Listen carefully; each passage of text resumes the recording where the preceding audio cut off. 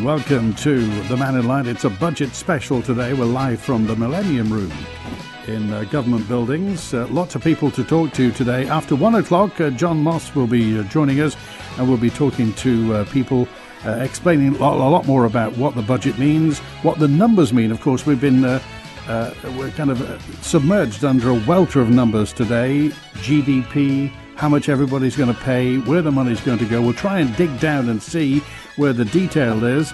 The important thing is apparently there are going to be 400 new taxpayers on the Isle of Man, and we're running an £11 million surplus.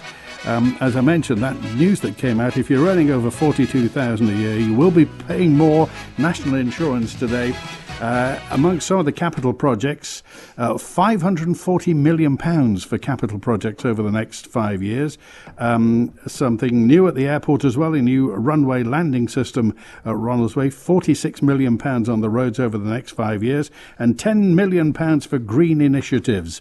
Well, with me on the Mannin Line today, we got former Castletown MHK, former Chief Minister Tony Brown is with us today. Ewan McGuinness, lead member for finance at Ramsey Commissioners.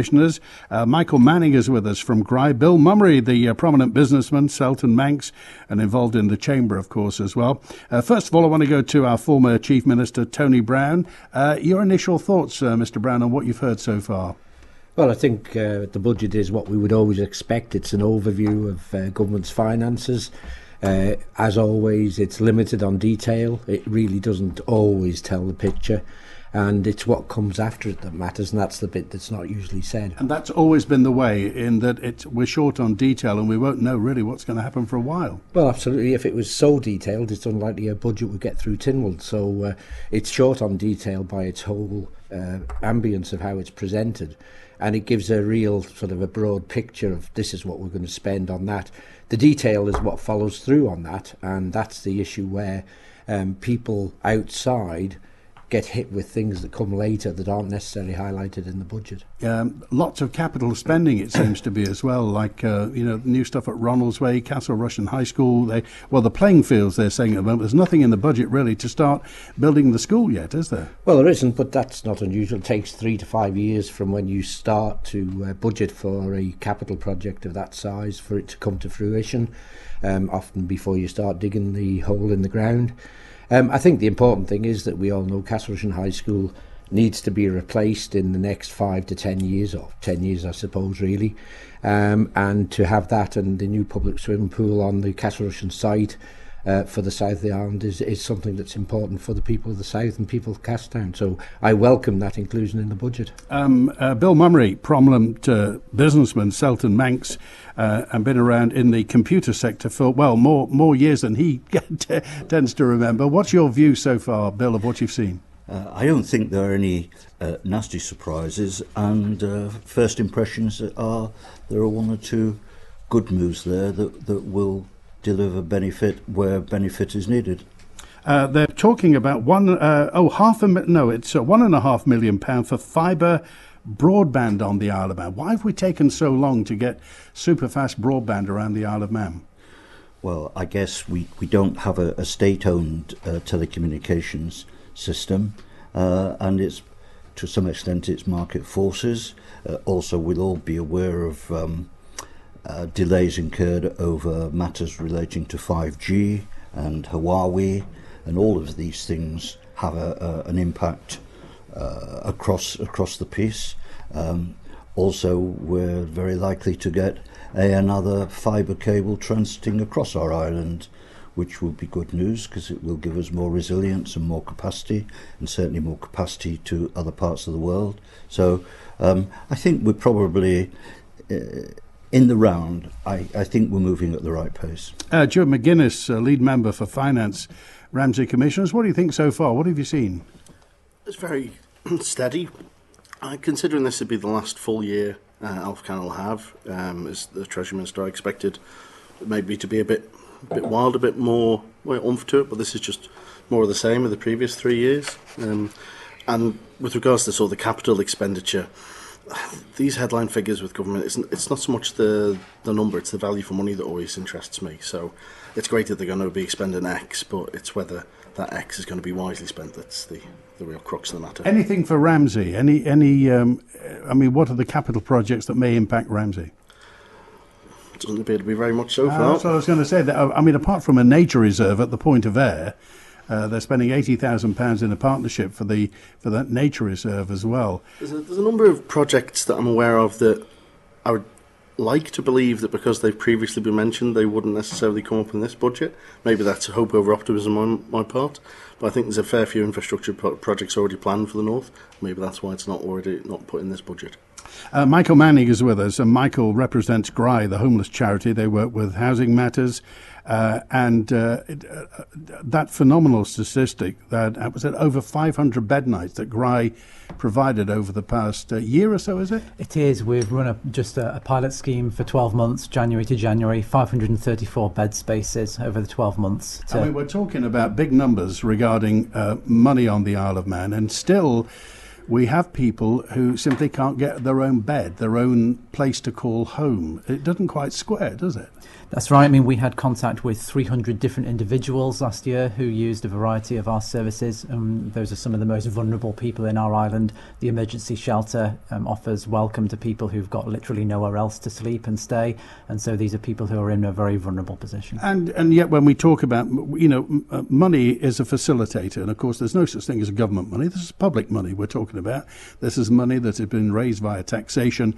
And, homelessness is not happy, and we need a happy island. Everybody has to be happy on the Isle of Man, and having people who are homeless spills out into all sorts of, it's a kind of vicious tentacle that goes out, and it impacts lots of people. It does. I mean, not only is it obviously incredibly distressing for the individuals involved, but it says something about a society, about what we're willing to tolerate and what sort of help we're willing to give to those who are on the margins. I mean, I very much welcome the government continue to want to make the island a special place to live and work, an inclusive and caring society. Those are very laudable goals. We'd just love to see some more practical action for the most vulnerable. Bill Mummery. Again, wearing a hat of Chairman of Housing Matters, we had a little over 500 clients last year. There are some major issues still to be resolved. You may remember a few years ago there was an attempt to introduce a landlord's registration bill. That did not move forward at that time. I'm hopeful that in the foreseeable future that will see the light of day. And what will that do? Well, first of all, we have a great dependence on private rental accommodation, which is one is quite expensive, although of course government picks up the bill for quite a lot of that. But you also have issues, for example, around deposits that people have paid, and when they're trying to move on in their lives, the value of that deposit, if they cannot recover it, is a major obstacle for them. We have hidden homelessness here on the Isle of Man. If one goes across to big cities, you will see people in sleeping bags in doorways. The reason we largely don't have that is because we are a smaller, connected society. But basically what happens is a lot of our homelessness becomes invisible because it migrates to a slightly different level, which is sofa-surfing. There's always someone that will put somebody up for a few nights or a week on a sofa somewhere. But as we say time and time again, if you can't choose to go home this evening, you're homeless. Tony Brown, when you were Chief Minister, we had homelessness then, and I can't quite square this, the fact that we have negative unemployment on the Isle of Man, and we have people who can't afford somewhere to live and can't live somewhere. Well, I think it's fair to say we've always had homelessness, and there are different degrees, as I'm sure Michael would accept. There are people who are homeless and actually don't want to be housed, and they will actually fight the system on that basis. Very small number, but they are there. There's the point that Bill has said about people, sleeping at houses of friends and so on and moving. And when we say they're homeless, it's not just they're homeless. Some of them have difficulty getting allocated provision for housing. Yeah. The government criteria in the last decade has changed dramatically, in terms of how you're eligible to get a public sector house. So lots of people now who before were eligible for public sector housing can't get on the list. They can't get a mortgage. They have to go to the private sector where they pay more than they would pay for a mortgage. And that's their only option. And after that, of course, if they can't get any of those, they end up being homeless. Who breaks that circle then? Well, it's only government can break the circle. I mean, it's a small investment in real terms to improve the quality of life of the people of the Isle of Man.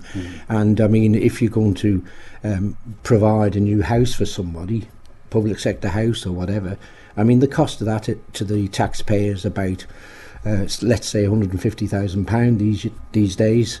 And that's about £15,000 a year for over its lifetime of borrowing. The housing deficiency is always raised as a big issue. In fact, it's the biggest income government has is from housing. The deficiency in the Isle of Man is actually very good because we don't borrow externally to provide public sector housing. We do it from our own resources. So if you get a comprehensive housing policy, which there has been, and it's fair, then you'll reduce lots of these problems. There are a number of issues, and I'm sure others who know better than me, because I'm on the outside these days, that are causing problems in the Isle of Man. I think having food banks is something in the last decade we've seen develop. I think it's shameful. We shouldn't have them in the Isle of Man. We didn't have them before, unless you go back a long, long time. And it's really because people's resources are limited, and they're finding it difficult to survive now. Okay, Bill Mummery, and then we'll go to Michael.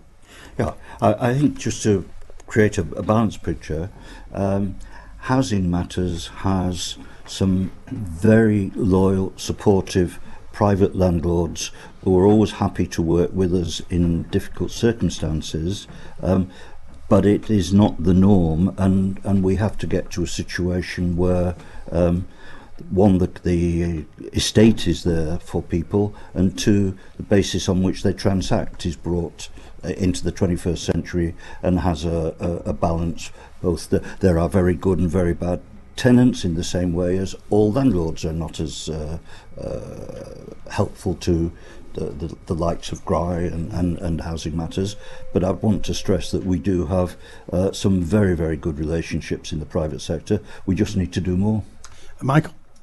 I think it really plays into wider concerns as well. I mean, homelessness is often just a symptom of problems. We see a lot of problems with mental ill health, and that goes into the wider concern around health and social care on the island. It'll be interesting to see. They continue to talk about transformation and the Healthcare Transformation Fund, and it'll be interesting to see where that goes. I mean, there's been so much flux and change within the health and social care system over the past number of years, and that hasn't helped some of the most vulnerable people who often fall through the gaps. We still see a real lack of proper community support, and that's what keeps people stable and keeps them falling into homelessness in the first place. So there needs to be a lot more done on that preventative work in the community. Okay, this is the Mannin Line. We're live from Millennium Room in Government Offices today. I'm Andy Wint with Joe McGuinness, lead member for finance at Ramsey Commissioners, Tony Brown, former MHK for Calcid and, of course, long-time Chief Minister on the Isle of Man. Michael Josem has just joined us, chairman of Lib Vannin, specialist in the e-gaming. What have you seen? What have you liked, or anything that you've seen of the budget today? What do you think? Yeah, look, this budget looks to me, at first glance, to be a bit of a sneaky little budget, in that, on one hand, the headline is that they talk about a surplus, but a lot of that is still coming from the government's reserves. And if for anyone running a business or a household, if you're taking money out of your savings, that's not a surplus, that's a deficit.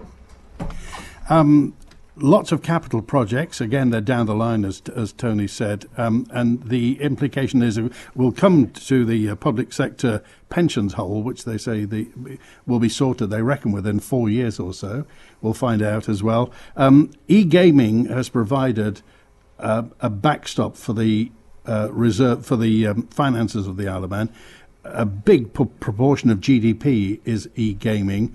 And of course, we've seen news in the past couple of weeks, the fact that some people may be leaving the jurisdiction. Is e-gaming there for the long term, do you think? I think it can be, if this government acts in the long-term interests of the people of the Isle of Man. And various industry fads will come and go, but what's really important in the long term is you have a jurisdiction that's based on credibility and honesty and long-term reliability for businesses and for people. And so, for example, seeing that talk of the 10-year tax cap for people earning at the high end might offer some sort of interest to those people. But perhaps there's an opportunity there for this government to go further and extend that to working families on lower wages and lower taxes as well. In that, why do people on very high incomes receive a guarantee of no more taxes, but people on lower wages do not receive that same guarantee? Look at that time, 23 minutes past 12 midday. We're live from the Millennium Room in Government Buildings. Ewan McGuinness, lead member for finance at Ramsey Commissioners. Tony Brown, former Chief Minister, is here. Michael Josem, chair of Lib Vannin. Michael Manning from Grime. Bill Mummery, prominent businessman. Selton Manx is also chair of Housing Matters as well. And one of the people who was here right at the very beginning in e-gaming, was it betinternet.com? Goodness me, that was about 98, and we took that to the London AIM market in 2000. So if anybody can speak about e-gaming on the Isle of Man, you've seen it from the beginning. How is the situation? Is it on the up, on the down, or steady as she goes? Okay, well, first of all, as you've alluded to, the e-gaming sector currently represents circa 24-25% of our GDP. So it's important in that sense. But I think there's a broader importance, which is we absolutely need to grow the skilled, younger aged working population with skill sets, with salaries, because if we look at our overall society in terms of age, clearly it's moving towards an older population. That implies increased health costs, and the only way we're going to pay for those health costs is if we've got the working age group that are earning and paying the taxes. So that increase in employee numbers in those age groups is important, both to drive the economy, make the businesses successful, but it's very important because it's their taxes that will have to fill the gap towards end of life. Are we retaining young people on the island? I wouldn't say that we are losing people at all, but where we are presented with opportunities for growth, then we need to be fleet of foot in order that we can, as it were, staff up for those opportunities. Okay, former Chief Minister Tony Brown, what do you have to say? Well, I think it's easy to say, and Bill's right in recognising, people get older. I always get worried when people give the impression that once people are 60 or 65, they're older and they don't contribute anymore to the economy. Well, they actually do. They're big contributors of the economy. Well, what's the retirement age now, 67? Well, 67 coming up, isn't it? I think Yes. I'm one of the lucky ones. I was able to go to 65, but I went earlier. But I mean, I think the whole point is that, you've got to keep that balance right. The biggest thing that's coming, which I suppose in a way is surprising, wasn't mentioned in the budget in real terms, is social care. And I think that bringing the Department of Social Care and the Department of Health together again when things have changed so dramatically is not necessarily the best answer. You've talked about this extra money that's been fed into the healthcare system, but there's no guarantee that would go into social care. One of the big issues, and it's a long-term investment, to reduce the pressure on the health service is to actually get a proper social care service in the community. And that needs major investment, not only in money but in personnel. Now, a lot of personnel are already there. The trouble is there's not enough of them to provide the care that is needed for those who need it.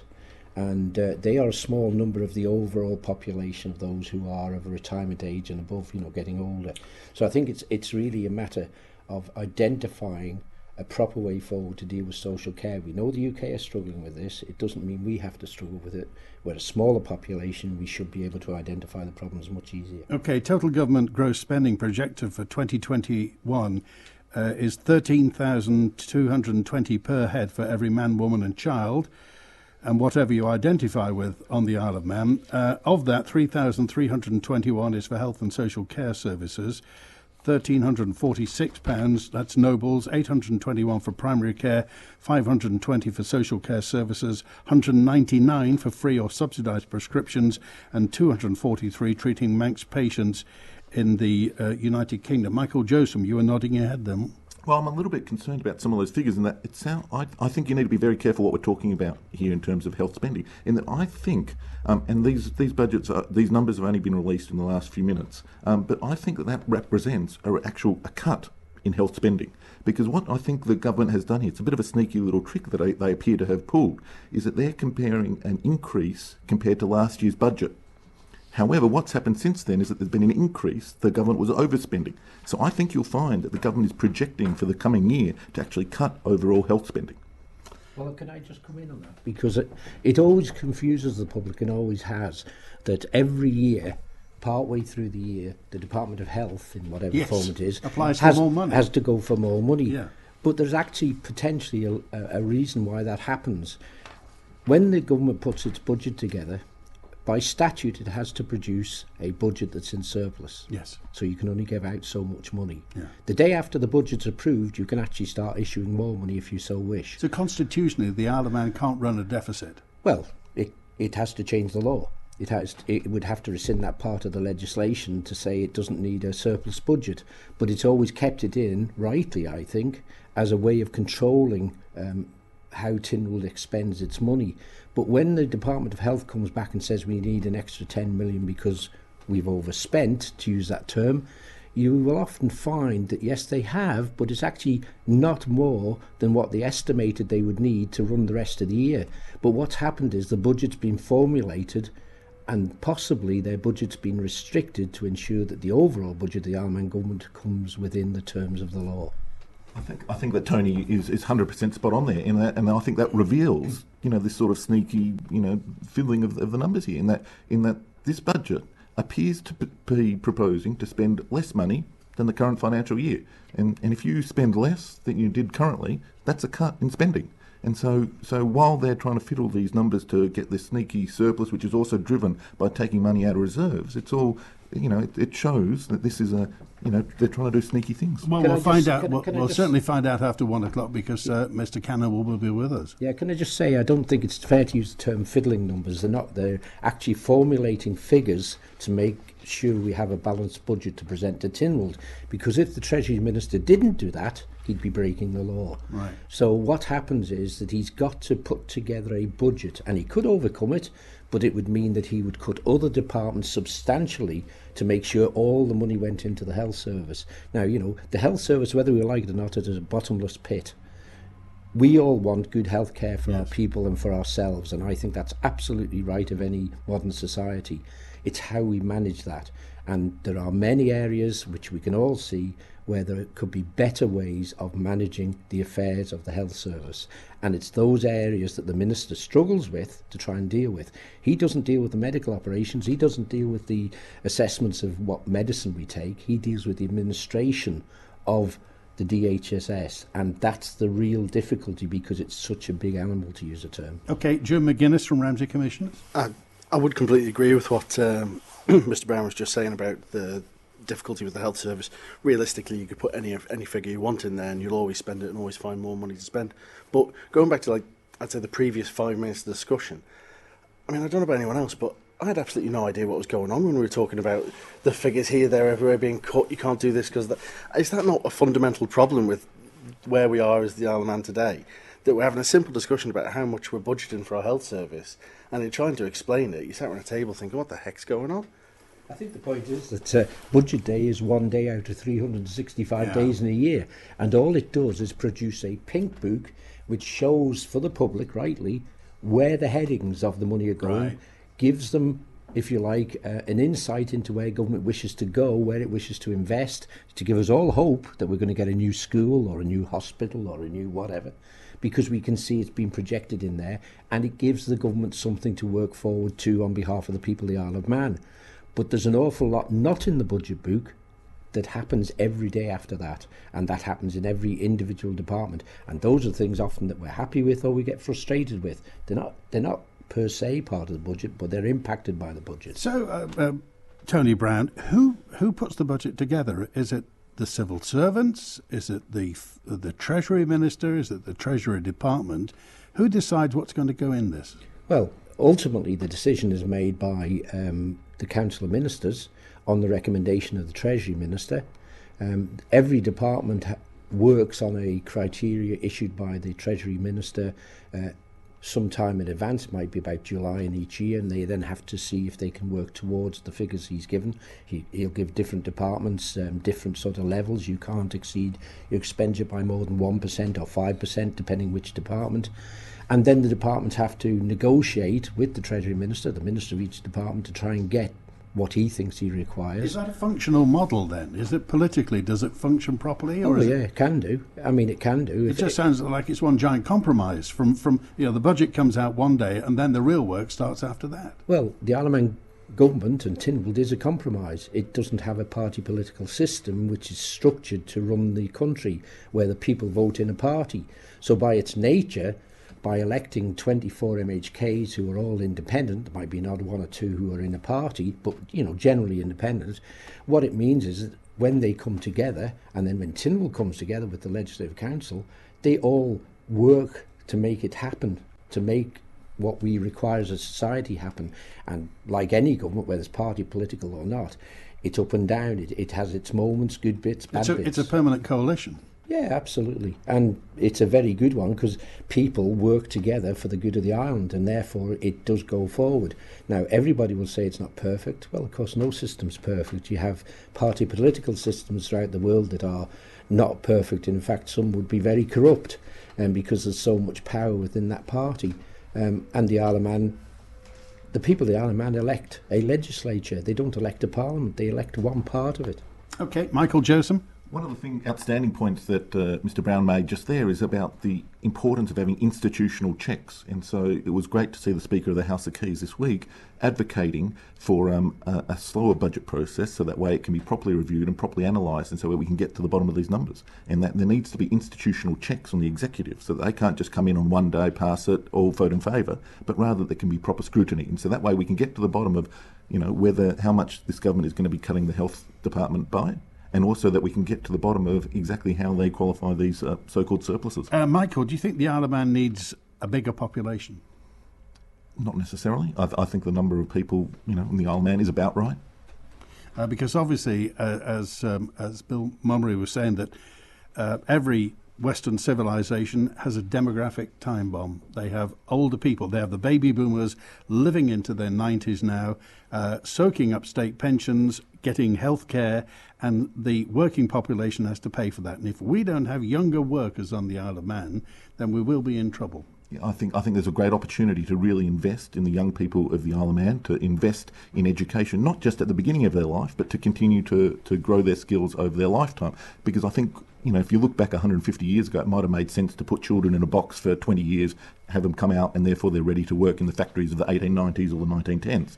But if we look for the industries of the 2020s and into the 21st century, I think we're going to need a lot more skilling over the long time. It was good to see in this budget there was some talk of increased assistance for apprenticeships and for using people's skills to develop over their full lifetime rather than just at the beginning of their lifetime. And also to pick up on something that Mr. Brown said earlier, to really take advantage of the skills and the experience and the wisdom of our more mature members of our society. In that it's, maybe for someone in 1900, when you'd been working in a factory or a ditch for digging roads and someone for 50 years, you wanted to retire. But a lot of intellectual work these days, people simply do no longer have a use by, an expiry date. And I think there's a real opportunity for the Isle of Man to take advantage of that wisdom, that knowledge and that experience of our more mature citizens.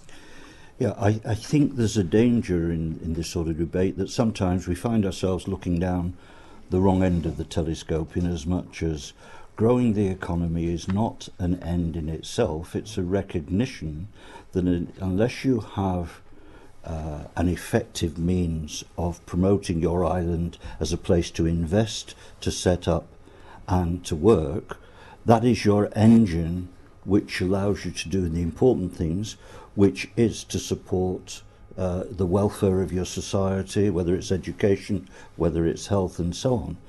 But we live in a very fast-moving international world nowadays, and when from time to time new opportunities present themselves, one of the things we've always prided ourselves about as a nation and as a government is to be feet afloat, to recognise those opportunities. I mean, goodness me, 20 years or so ago, with respect, and I'm not precious about it, but had we not seized this thing called e-gaming, it has served us very, very well. I would like to see the next invention, as it were, and reduce the reliance upon a single vertical. But for as long as that is the case, we need to make sure that as the opportunities arise, we can embrace them, we can grow them, because the real output. It's not those businesses, it's how they aid us to fuel our society. Okay, the Mannin Line election, beg your pardon, budget special through till 1 o'clock today, and then John Moss will be along with the Baker Tilly Isle of Man budget programme through till 2. We're with Joe McGuinness from Ramsey Commissioners, Tony Brown, former Chief Minister, Michael Josem, Chair of Liv Vannin, Bill Mummery of Sultan Manx and associated charities, and Michael Manning of Gry. You wanted to say something, Michael? Yes, I mean, this the talk about business and the economy. I think we live in a very unequal society, and certainly the vulnerable people that we have contact with feel very left behind. Talk of economic growth, talk of opportunities, talk of the wonders of e-gaming. That's been good for part of the Isle of Man, not been good for all of the Isle of Man. And I think there are difficulties with the levels of inequality, of wealth and poverty on the island, and difficulties there. And some of the most vulnerable people that we see struggle to access the job market, struggle to access opportunities, struggle to access health and social care services, and feel very much left behind by, the bright, shiny progress that has been made in other areas. Okay, the budget today, it was Alfred Cannon's fourth budget today. He presented his budget, says it's designed to provide focus on a sustainable future. Income tax remains at the same levels. Standard rate for 10%, higher rate is 20%. Personal allowance, the level of income before you pay income tax has gone up by £250. Imagine that, a fiver a week of 14,250, which Treasury said will lift 465 people out of the tax net. We're back with our panel of experts and guests chatting through till 1 o'clock today. Good to have you along. Thanks for being with us. It's 18 minutes ahead of 1 on Manx Radio. Just got a note in, by the way. Chris Robertshaw, MHK, and key speaker Joan Watterson have raised some concerns regarding the budget. Mr. Robertshaw's called for an outside panel to look at government productivity. Mr. Watterson says Treasury figures are spin and called for an Auditor General. He also explained why he'll be voting against the budget. Now, hopefully, we'll be talking to Joan Watterson after 1 o'clock. If not, we'll certainly be speaking to Chris Robertshaw as well. Michael Manning from Gry sadly has left us. He had another appointment, but he's been replaced ably by the leader of the Isle of Man Green Party, Andrew Langan-Newton. Good to have you along. Thank you. Thanks for being with us. So, £10 million set aside for green initiatives to mitigate the impact of climate change and develop the long-term strategy following Professor Curran's report. Yeah, so to say we haven't moved along a lot since the budget last year, where the Isle of Man Green Party came out and raised concerns about the lack of appreciation of the strategic issues affecting the Isle of Man in respect of climate change. We've come on a long way, and it's been impressive, and it's been good to see that the government, the Parliament as well, has responded to the concerns of the Isle of Man population, coalescing around the Climate Change Coalition, which the Green Party is a party to. In practical terms, what do you think should happen? Well, I think we should start with the Curran report, and Professor Curran eruditely identified that we should be spending from public funds at least 25 million per year. So it is bizarre to see the Isle of Man government support the initiatives of the Parliament in backing the Curran report and then just ignoring it and only allocating £10 million, although I would respect that as an important contribution towards this overarching strategic challenge to the future of the population of the Isle of Man and the Isle of Man's existence in its current state. However, it's just unjustifiable to ignore that report and then move on like so many reports in the past. So, in practical terms then, what would the Green Party advocate? Where should we start? If you had your wish, starting tomorrow, what should happen? Well, I think you will have seen from the Isle of Man government, the Isle of Man Green Party's press release in January 2020 that we should be honest about the realities affecting the Isle of Man, and that should start with the science. We should be led by the science. The politicians make policy decisions guided by the best science, as the Chief Minister has said and others have said. However, the Green Party's position is we're not being led by the best science currently. You can see from the Isle of Man Green Party's carbon budget on the Green Party's website, greenparty.im, that we have a lot less time to transform our society for the interests of our citizens. We don't have until 2050 to be net zero, as the government have tasked Professor Curran with responding to. OK, that all costs money then. Are we talking onshore wind, offshore wind? What about the gas field? What should happen with those? Well, the gas field should be a non-starter. Professor Curran says we should go for the gas field because that's less of a carbon footprint than importing Russian gas via the interconnector. Actually, Professor Curran highlighted in his report the concerns around methane leakages from the gas field that could undermine our entire efforts to reduce our carbon emissions, and we should be honest about that. We'd like to see... So you think they should just peg it, seal it and go away? Well, it's sunken assets. We're making investment decisions now. Businesses in the Isle of Man, citizens in the Isle of Man are making investment decisions. They look to the government to show leadership about what the future will be like. If the government are not being honest about the future and say, it's okay, we can burn gas boilers, we can carry on burning gas into the future, into this infrastructure that's going to be set up, it won't be for a decade, it's going to be there, and it won't be able to last for that time. Andrew, we have a gas power station. Yes, well, we're honest about that, but the idea that investing in infrastructure, we, as a global world that the Isle of Man's part of, we've already got enough fields around the world to burn gas that will result in 2 degrees of warming. Taking more gas out of the ground is actually, we're going to accept a future of beyond 2 degrees of warming, so that it's intolerable, it's unjustified. The fact the Isle of Man gas is buying gas to burn, we should be investing today in reducing that consumption from the gas power station. So you think we should, the government maybe should say, look, in 5 years we're going to close down Paul Rose Power Station and there'll be enough sustainable electricity produced on the island for everyone to operate in that way? Well, the government being honest about the timelines to such infrastructure is a starting place, because then businesses can make strategic investment decisions about a future that they can anticipate. If they're going, in 2027, for example, when the Isle of Man is caught up in the global world that has to respond, and it hasn't made the strategic decisions that it has to make over the last 7 years, then people in the Isle of Man are going to be, well, I've got a gas boiler. I'm expecting to buy electricity from the gas power station. We have to be honest today about the future that we know is going to happen, and try to create a future that we want to have, which is people living sustainable, well-being, happy lives, still producing energy, still using energy, but clean energy. So we had time years ago. We had past administrations that didn't take the action that they knew they should have taken. We had the documentation. We have to make tough decisions today because action wasn't taken historically. But we've got to be honest about that action.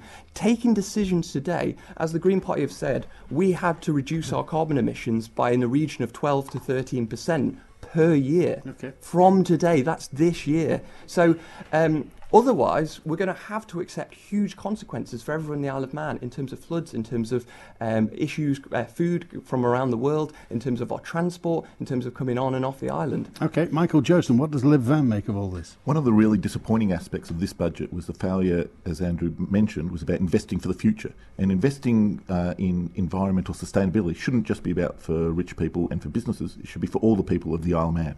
And so one of the real holes in this appears to have been, a failure to support new investment in electric vehicles. Professor Curran's report spoke about how he recommended some sort of support or subsidy of some sort for electric vehicles. This failure to include any mention of that in the budget does raise the prospect now that people will hold off investing in new vehicles in the hope that they'll be able to gain a benefit down the track. And so, if you're a fancy lawyer and you already have your BMW electric vehicle, then that's all good for you. But for working people around the Isle of Man, then I think that they will struggle to make the cost of these additional charges, especially in the context of cuts to health, as we've talked about earlier, but also the increasing cost of housing on the economy, and continuing pressures on wages. Okay, Bill Mummery, you know all about putting money into emerging businesses with e-gaming 20 plus years ago. How do you feel on the climate change as an industry, if you like? I think, first of all, it needs universal buy-in.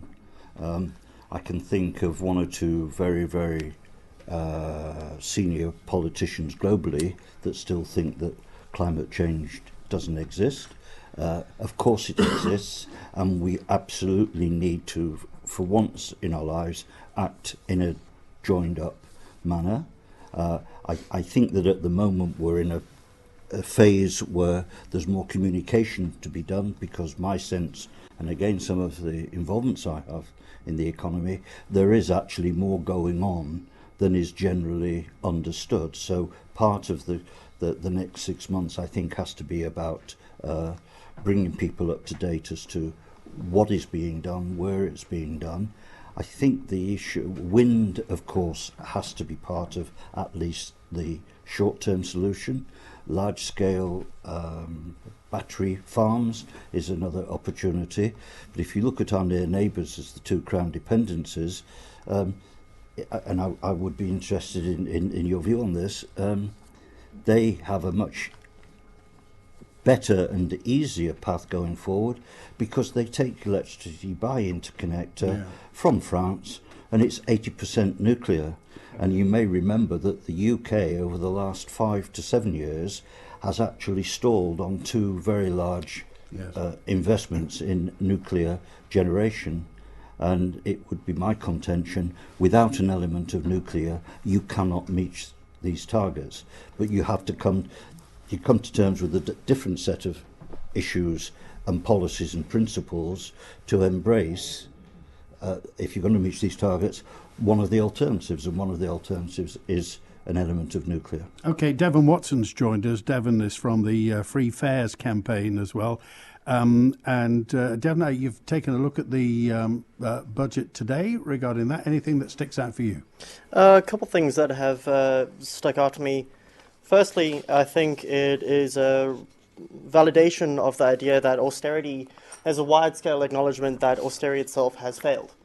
We know that the idea of increasingly cutting government programs has not been good for average people in the Isle of Man, and what we see is a partial reversal of that. What we see is that over the past several years, we've seen massive cuts to government programs. We've seen Meals on Wheels go, we've seen government nurseries go, we've seen things like the Marine Research Centre go, we've seen really aggressive means testing introduced for people on benefits with no discernible benefits that anyone can talk about.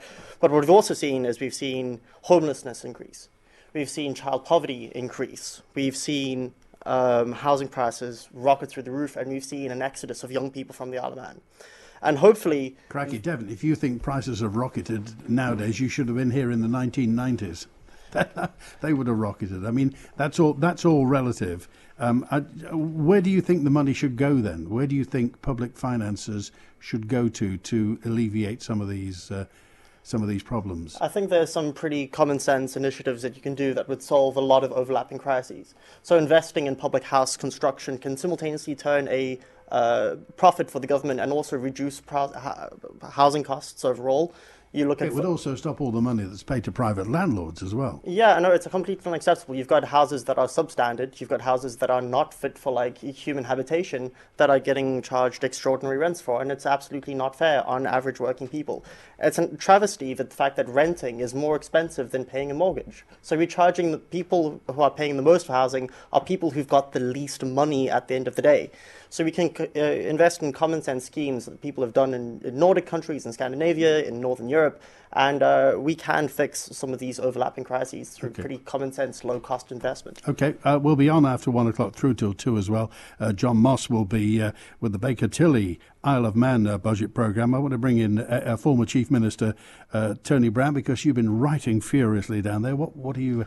Yeah, I mean, I've listened with interest to lots, and that's fine. I think the point that I'd like to respond to the points Andrew has made, I think he's a little bit disingenuous when he says that nothing's been done previously to reduce our emissions. Before we had a natural gas power station, we had two dirty, heavy oil power stations.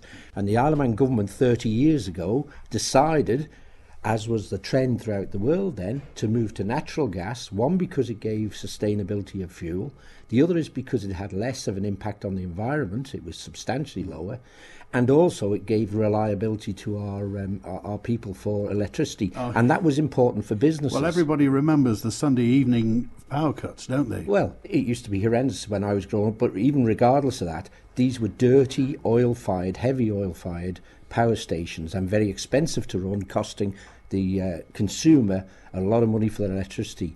Now, we have to move on from that. I absolutely agree. Our environment is a big issue. I suspect we could say out of this budget it's been not really highlighted. I think that's fair to say. It wasn't made an issue. It should have been. But we do have to be practical. We're a very, very small island. We can play a part, but it's actually whatever we do the impact will be minimal. In fact, the fires in Australia would wipe out any benefit we could make in a year, I'm sure, within the atmosphere. And I don't know all the technicalities about these things, but I think we'll bring people with us if we're acting practically and they can understand what we're doing. One issue I would say is we're buying new buses. They're still diesel. Why aren't we buying hybrids? They're on the market. They're across the water. They cost a little bit more. So what?